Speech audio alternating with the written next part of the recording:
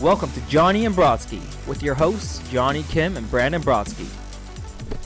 All right, hey, this is Johnny Kim, your lifestyle and business consultant. And this is Brandon Brotsky, founder and CTO of Brotsky LLC. And today's topic is habits.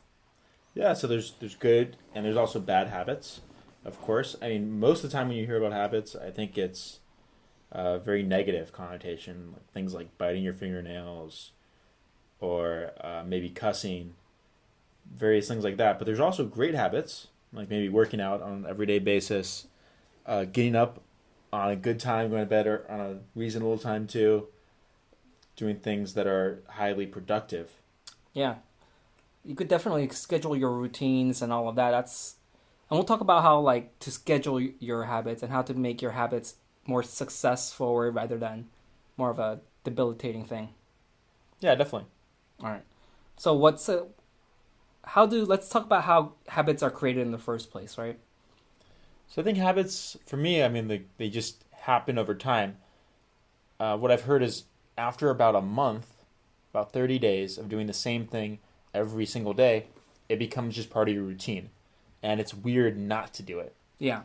Like imagine getting up in the morning and, for me, not brushing your teeth or not washing your hands after going to the bathroom. I know some people don't do it. But for me, I mean, I feel like can't wash my hands for some reason.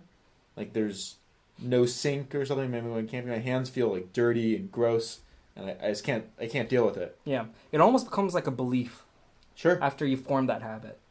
Yeah, and you kind of have to do it. So imagine these things. Imagine doing something highly productive, like that habit of studying for a test if you're a student, or that habit of doing something that makes you productive at work. And it just becomes part of your regular schedule. Or that habit of going to the gym every morning to where it really makes you feel bad if you can't do it. It makes you feel off. Yeah. And I think that where a lot of people kind of get hung up is they don't exactly know where to start and how it works, right? So if you're into self-help, you probably would have heard this, but there's 4 levels of how habits are formed. Any type of habits, good habits or bad habits. There's that unconscious incompetence level where you don't know where the problem is, but there's a problem in your life, right? And then there's that conscious incompetence where you understand there's a problem, but you're not doing anything about it. And then there's conscious competence where you're actually taking action to kind of creating that action to get over that problem. And then unconscious competence is when that becomes a habit. So this is how good habits are formed. I mean, the negative habits are formed when you bypass the conscious competence and then you go into the unconscious. And then that's how bad habits are formed. Sure. So that's where that 1 month period kind of sinks in for you to kind of get to that unconscious competence. That's interesting because what I've heard is biting your fingernails. Mm-hmm. I've heard that's actually a sign of minor depression. Yeah, it's like an anxiety coping mechanism, right? They kind of they get that small amount of comfort from biting their fingernails to kind of relieve that anxiety. I see. But it's just more of a band-aid than if. So now let's say someone has a problem biting fingernails. Mm-hmm. If they solve the problem of anxiety that's causing them to do that, do they stop biting their fingernails? So that's kind of naturally. So the first thing would be that would be the conscious competence, right? They figured out already that biting your fingernail is a problem, and they're proactively trying to stop it by whichever method they use. And if they continue to do that until it becomes unconscious competence, that's how that habit is formed. And they get rid of, they replace the good habit with a bad habit. Or they replace a bad habit with a good habit. I mean, I'm lucky that I don't think I have that many bad habits. I've managed to break most of them. I just don't have that many. But I really try to build more good habits. That's on my everyday basis. I try to go to the gym more. But if I had a bad habit, like smoking, for example, I know a lot of people struggle with getting addicted to cigarettes, and they try to break this habit. And sometimes it's like an oral fixation where they have to put something in their mouth and smoke it. So switching to, chewing sunflower seeds a lot of times helps them. Yeah, and if you look at all the bad habits, they're all just like really coping mechanisms, right? Everyone's just trying to cope with certain things and all of that. So what would be the coping mechanism behind smoking? Same thing as probably biting your fingernails. It could be like anxiety, stress, all I of see. that. You know what I mean? So, like there's a fucking something happens and they go out, get a cigarette. And there's that belief of smoking relieves stress, Yeah, it's probably the oral fixation part. which has got to be a little bit of BS, right? I mean, I'm sure all it's mental. both. Yeah, it's both. Like, it doesn't actually relieve stress. It just, you believe it does, so it does. Yeah, I mean, there's a lot of science behind what. Like, it's probably It's probably a mixture of the oral fixation and the placebo effect and the stuff inside of it, Sure. and the act of just blowing the smoke out and things like that. That kind of it's like really, that's like very anxiety reducing, where you're just like. So there's a lot of levels why a cigarette might give you relief, Mm-hmm. but really, yeah, it's just a mixture of all those things. How do you break this? Like, what's the methods, like, the psychology behind this? So the first thing is to consciously be proactive about it. Like first you have to acknowledge that this is a bad habit. If you don't acknowledge that part, if you don't have that part, then you're screwed. Then you won't have a why or a reason. I see. You know So what I mean? you first have to admit to yourself. Yeah. It's like the first step of like, Yeah, like, Alcohol it's like- Anonymous, right? The first step is admitting you have a problem. Yeah. If you don't think that's a problem, why would you change it? Right? Okay. You need that motivation. You need that reason to do something else. Okay, what's step number 2? Step number 2 is that conscious competence of where you're proactively. So let's say you're having a weight problem or you have a heart condition where you need to work out, right? Either the doctor tells you that or you tell yourself that you need to be more fit. So now you have that you have that reason, and now you're proactively going to the gym, right? So that's the conscious competence part. So for smoking, it'll be instead of having a cigarette, you get a stress ball, or you get some sort of thing that covers up the same, kind of helps you cope with the same anxiety and same stress. Sure. But you just replace the cigarettes with something else. It could be, coffee. Some people do a lot of coffee. And some people have some sort of oral fixation thing, like they chew gum. Interesting. Yeah. And some people do the vaping thing, and because there's some nicotine in there, and they could like wean away from the nicotine. Vaping. I think vaping is crazy. All these smokers switch to vaping, saying, "Oh, it's so much cheaper and it's helping me quit." Yeah, and it's healthier, but how much truth is it to that? I've heard it causes there's a lot of like popcorn lung or something like that. Or it's like a serious. I don't think there's thing. like a solid evidence, like solid study, because They're vaping is new, right? vaping is a pretty new thing. There isn't like a longitudinal study that shows that, but Sure. But there's like conflicting says like it's fine, it's just water vapor, you just whatever. But there's other ones But where like, come on, like even when like cigarettes were first around, and they said, "Oh, they're good for you." No one actually thought they were good for you. Come on, Yeah. They make anything that makes you cough. It's just bullshit. It's just logical. Like no one had to tell me. Yeah, no, and I understand. Like I learned in school from a young age. and people say hookah is also like fine. Yeah, which is crazy. Like I enjoy hookah. I do. I know you love hookah. Like, but let's be real. It's not good for you. It's probably not as good as breathing in oxygen. No question. You know what I Like, mean? You know what I mean? It's just, anything that makes you cough. yeah, Come on. just the level of how bad it is maybe yeah. up for debate. What I think where hookah has that cigarettes over cigarettes is that it's not convenient. You can't just set up a hookah and smoke In the middle, within like between lunch breaks. between like a 15-minute break. You have whereas to get the coal a cigarette, ready. Yeah, you can go sneak out and you can smoke Yeah. a little bit, yeah. and you can do that anywhere. Mm-hmm. Whereas like if you have you can even smoke in your car. Whereas a hookah, I've heard of people doing it in their car, but it's a bit crazy. I'm certainly not going to do it. in Yeah, mine. and then there's the vaping too. But yeah, Yeah. so it's all priority and it's all belief. Also, you have to believe that certain things either good for you or bad for you. Sure. That's besides the truth. It's like you also have to believe in something. That's where motive, Mm-hmm. right? With motive causes action. Okay. So the motive causes you to either break or continue The habit. these habits. Yeah. Exactly. So if you don't have the motive and belief, right? It's all a chain reaction. First belief, and then that belief causes you to have certain motivation towards a certain direction, Sure. and that motivation causes action. Now, I think another interesting part of this is mood and emotions. I don't think a lot of people think of these as being habits. But if you're in the habit of always being in a bad mood, Yeah. you know those people that are always in a bad mood. They're just, it's always glass has half empty. It's horrible. Like they, every day it's like, oh, I can't believe it's so horrible. Just having a horrible day. Blah blah blah. And then there's the people that no matter what, when you talk to them, it's always a great day. Always, no matter what. My grandfather's like this. Yeah. I'll ask him, like, how you doing? And no matter what, and this is even when he was in the hospital, he goes, my day's fabulous. I'm fabulous. He always says that. And he's always in a habit of saying that. Now, so you can go both ways on this. Exactly. It's a cycle. Oh, yeah. Like, they have that disempowering state, and they go, oh, this life sucks, and everything is half, empty and all that. And they go through life, and they look at evidence to support that. Sure. Right? And then it's like a whole cycle. Oh, okay, good. I'm right. And have you noticed that when people have bad days, like, I feel like when I get older, Yeah. when I was young, I would have a bad day. But as I get older, I have a bad week or a bad month. And then I'm sure people have bad years. These just continue. But if you look at the science behind this and the explanation behind it, it's really they're in a habit of being in a bad mood, that you're not in that zone.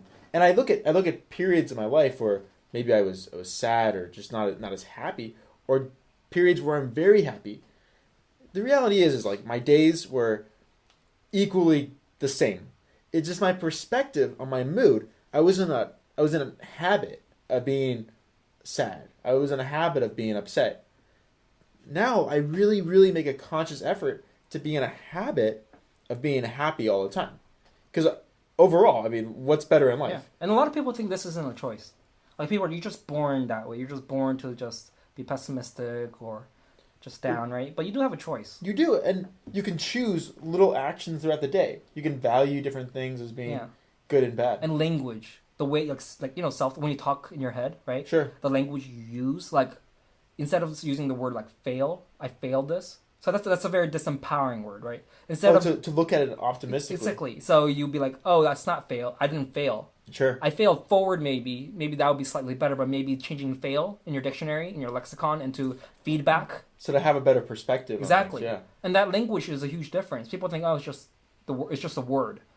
Oh, well, the perspective. I mean, I've been through small claims a couple times throughout my business. Most relationships are great, right? 99% of my business relationships have been wonderful and joy to go through. But there's that 1% where there's just things happen. I have to go to small claims to collect my money. Well, the last time I had to do it, maybe it was a few years ago.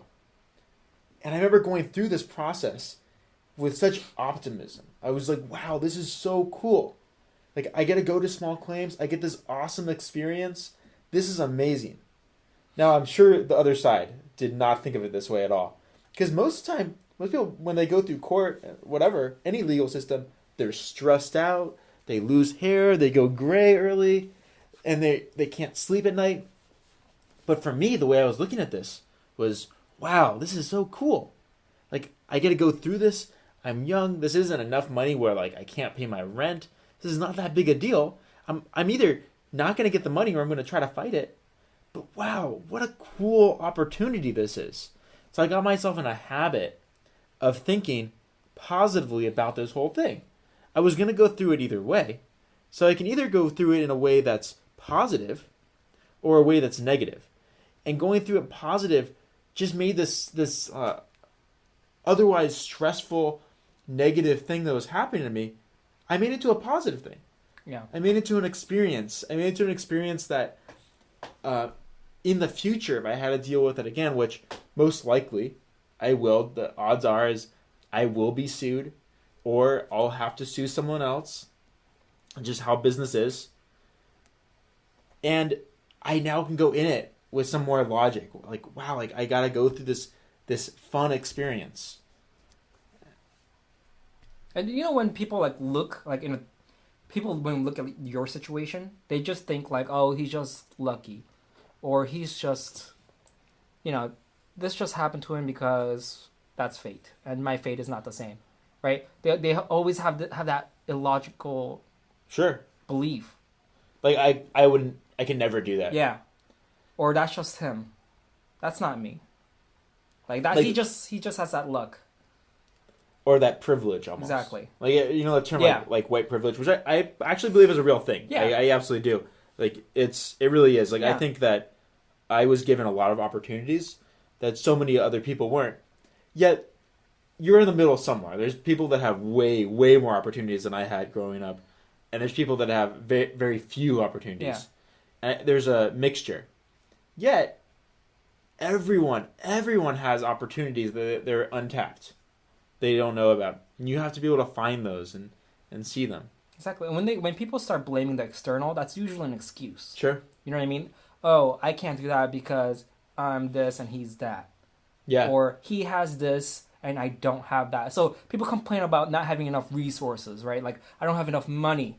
I can't start a business like he did. I don't have Which money. is another habit. Complaining. Exactly. Like people get in a habit. Yeah, it's a of mood. really. And then the emotions, right? I don't have enough this. I don't have enough technology. I don't have enough time. If I don't you have get enough yourself this. in a habit of not complaining Yeah. and not being jealous of people that have something you don't, instead looking at others as like opportunities for you to learn or opportunities for you to gain motivation. Like, I want to be like that person, or I don't want to be like that person. Mm-hmm. For me, like, I get to go. One of the benefits of my business is because we do a lot of websites and marketing for a lot of various businesses. We get the benefit of working with a lot of a diverse amount of clients. We have clients in many different industries, many different personality types, problems that are so bizarre between like family fights sometimes, or maybe I'll see partnerships that just don't work out. And there's all these different problems that I get to see. And they're very interesting things. And you can see that different people, whether they be successful or failures, they each have different ways of living life. And you can really tell the ones that have successful habits, the ones that don't. Yeah, and do you know why like successful people always tend to succeed where the people who always fail tend to fail? Tell me. Because it's whatever you focus on, you attract, right? Whatever you focus on expands. So whenever you start focusing on all the bad shit, right, in your life, what's going to happen? You're going to attract that shit. Sure. So when you think of all the positive things, and you just keep focusing on that and that will just keep growing and growing, and that's what you attract. And once people focus on all the negative things, that's what they attract. So it's like a whole cycle. It's a snowball effect. And then now the evidence of my life is shit. Here's the evidence, and here's another evidence. Here's another evidence. So it's like you're just building yourself up to failure. Sure. Yeah, it's all perspective when it comes down to it. Yeah. No one's life is shit. All life, I think, is valuable in different ways. People make mistakes. Yeah, I mean, some people come from where they have plenty of resources, but they still fail. And people come from where they have no resources at all from the poverty level, but they tend to succeed as well. So it's all about, perspective. It's all about being resourceful rather than having resource, right? Sure. Being resourceful is way more important, I think, is way more important than having the resources itself. I agree. Well, let's come to an end here with maybe a question. What's your favorite habit that you do, and also what's a habit that you want to create for yourself? Probably a good routine that I have is always try to get in. Always try to keep learning every single week to push myself. Either it be like real estate investment, like I would try to do more research on that or read that. I want to try to at least learn a few things a week. So Okay. I make sure I look at lectures, TED Talks, books, and things like that. So do you do this? Do you have like a schedule for when you do this? Yeah. Like even especially when I'm driving, like I would do like audiobooks, Sure. or I'll just put on TED Talk, but just the audio. So you're driving anyway. And I'm driving anyway. So might as well Exactly. make It's like, use of that time. Exactly, being instead efficient. of just listening to radio. Exactly. I mean, it's good to have radio on, Sure. if for that emotional state, but also, you have that especially if you live in LA. If You know, you commute. I'm actually doing the same thing. There's an app called Tune In. It's like Oh yeah, TuneIn yeah, Radio, yeah. and you can pay for it. There's a ton of audiobooks. So you pay it's something like $10 a month. It's something nominal, and you get access to all these books. Just for free, just like with it. And they don't have every book, because of course not every book is on audio. But I like to listen to them as much as I could. Yeah. Like while I'm driving, or maybe when I'm getting ready in the morning, and doing things like that. Exactly. And if you live in LA, you're commuting like an hour or two, Sure. minimum a day. That's a lot of books you could go through. Mm-hmm. Yeah, I did that a lot when I was driving to OC. Sure. Remember that? That was a 2.5 hour drive. I finished many books and lectures. What's a habit you need to break? A habit I need to break right now. I'm probably eating junk food, maybe food. Getting my diet, cleaning that up a little bit. Yeah, just kind of I need to clean up my diet a little right now. I'm bulking, so it's like I don't need to worry too much about it. Mm-hmm. But probably eating a little bit more clean, and I have a specific routine. My morning routine: orange juice, vitamin, caffeine. Okay. Yeah, I have my own routines for health. I try to systemize everything. You know that book, 4-Hour Workweek, Tim Ferriss? Yeah. Have you read it? I read like half of it. Yeah. I got the premise of it. Yeah, like how to delegate everything or automate everything, so you can you can focus on the specific things. There's part of it I agree with it, part of it I don't. Yeah. Now, I agree that you should optimize everything you do. Yeah. No, I'm going to work 40 hours in a week, 60 hours in a week, no matter what. Yeah. Now, what I took out of the book is, how do I get the same amount done in 4 hours? Yeah. How do I push it onto other people? Exactly. And now take that, and I'm still going to work 8 hours in that day, but I'm going to optimize that as if it was a second me. Yeah. It's really about being super, super efficient. Sure. And learning how to delegate. And it really helped me a lot, because now I can go in and I can work an hour of time, but I can also delegate to 5 other people. Now all of a sudden, I am producing 6 hours of work, but only doing 1. And that's the way you can really multiply yourself and be more productive, get more work done, and serve more people, get a better product, etc. There's always complications with it. It's way easier said than done. Yeah. Like in the book, he claims that it's like super easy. He finds someone and like overseas, gets it done for very cheap, and he's able to automate everything. Yeah. I don't think that's real world. I think maybe there's only a few businesses out there that can successfully do it, and the ones that have are super saturated. For my business, there's a lot of quality control that goes into it. Unfortunately, there's a lot of developers that just aren't that good, and they need to be overseen. So I'll give something to someone, right? And they'll do something, and it's just not as good. So I have to redo it, or I have to train them to redo it. And that's just another hour of time in that 4-hour work week. So now all of a sudden, instead of doing 4 hours, I'm doing 5. Yeah. So I don't think it's that great. And if you really enjoy your business, you're gonna want to spend 40 hours a week on this. It's your full-time thing. You want to spend time doing it. Yeah. It's not something you're doing just to do it. But multiply yourself. Get yourself going. Yeah, but the principles. Yeah. The principles are great. I definitely recommend the book. The book is wonderful. Yeah. I think you should just take it with a grain of salt. And just adjust it through your life. Like Sure. Even the smallest change, like just automizing all of your bills, the gas. I think you should be electric. Thinking about it. Like, how do you make things more efficient? Yeah. There's different people that I see in life. There's like the person that works super hard. They work really, really hard all day. Like maybe a person that digs ditches for a living. There's nothing wrong with that. But they're working really hard.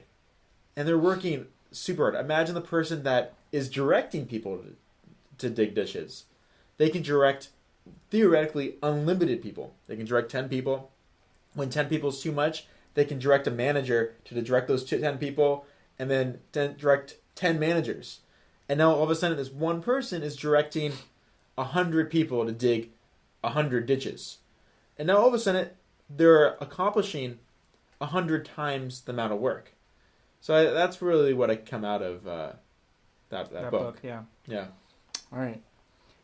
Let's wrap this up. And we totally got off topic. I know, but it was good. But I'd like to share like one of the bad habits that I have that I try to finish. One of the things I'm trying not to do as much is in the morning. What I do is the first thing I do is I grab my phone and I go maybe on Facebook or Instagram. Yeah. And I love it, and it's so unproductive because you get in this mode where you're just looking at a bunch of stuff, and I consciously know it's not the best thing to do. Yeah. I'm just like addicted to this. Uh-huh. So I've been trying to cut it down on my schedule a little bit at a time. I try to limit myself to how long I do it, or I try not to do it at all. Mm. There's like a science behind making decisions, and every decision you make is like using a little bit of brain power. You can only make a finite number of decisions in the day, so every decision you make should be very valuable. And this could even come down to what clothes you're wearing in the day. That's why people like Mark Zuckerberg, I call it like the gray shirt club. They only wear like a gray shirt every day because they don't have to make that decision. Think about that's one less decision that you make. And when you're watching these videos online and you're browsing on Facebook or Instagram, every time you get to a new post, your mind is making the decision. Should I pay attention to this or should I not? Should I pay attention to this? Should I not? And you can really solve the problem of ADD, for example, if you limit yourself to doing that, just to not do it, especially not to start off your day. And I think that's one habit I really have to work on. Yeah. And really, it's just, it kind of goes back to that systemizing everything, too. Yeah, definitely. Definitely. Yeah. Anyway, that's it. Thanks for listening. All right. See you guys next time.